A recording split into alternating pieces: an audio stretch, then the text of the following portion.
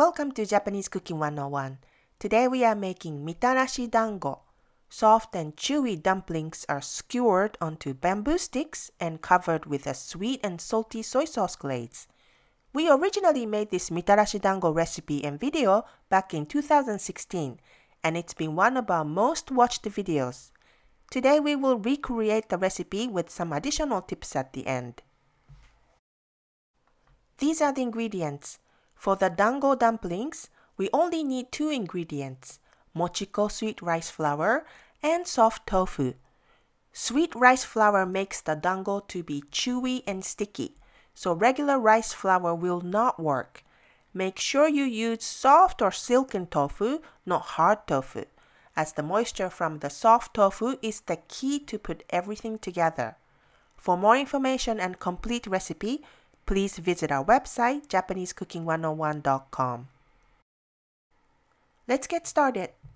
In a bowl, mix tofu and mochiko well. We start with the equal amount of mochiko flour and tofu, 8 ounces each.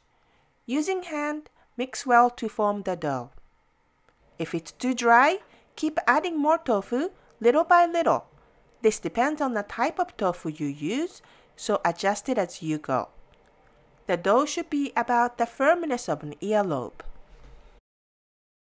Scoop out a tablespoon size of dough and roll into a ball by hands.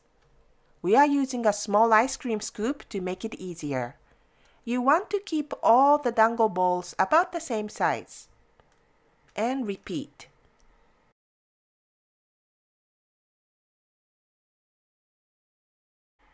Now we are going to boil them.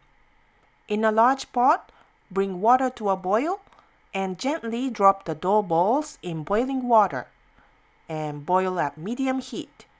Once they float in the boiling water, cook 2 to 3 minutes longer. Then remove from the water using a mesh strainer or ladle. Place onto a plate lined with a paper towel. Next, we are going to make mitarashi sauce.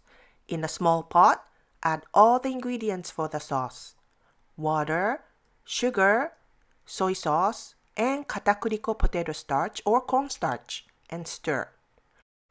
Cook until the sauce boils, stirring constantly, and keep it warm.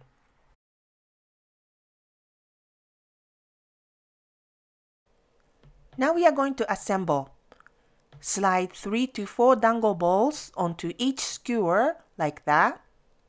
If you don't have bamboo sticks or don't have time to do this, that's okay. We'll show you how to serve without the sticks at the end.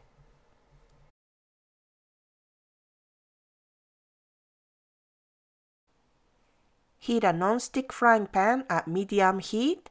Place skewered dango and cook until lightly browned, turning once or twice.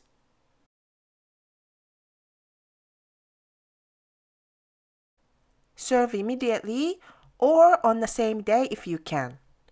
Put dango on a plate and pour the sauce over. If the sauce gets too thick, you can heat it up again.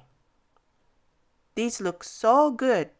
Are you short on time or have no bamboo skewers? No problem. Just serve as loose dango balls on a plate.